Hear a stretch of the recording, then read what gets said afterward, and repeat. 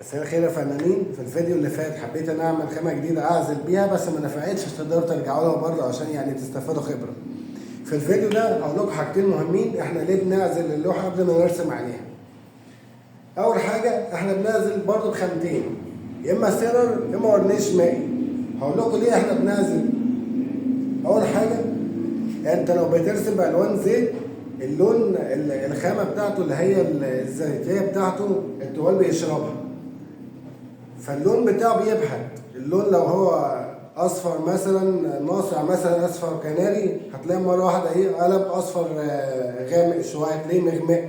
الالوان بتاعتها يعني الالوان التوال بيشربها فبتتغمق. فاحنا بنعزل عشان نتجنب الخطوه دي او نتجنب المشكله دي، وبنعزل برضو بسبب حاجه تانية مهمه، ان اللوحه تقعد معانا فتره طويله. لما بتاخد عزل انت كده بتحافظ عليها فتره طويله، ان هي تقعد معاك مثلا 50 سنه و60 سنه.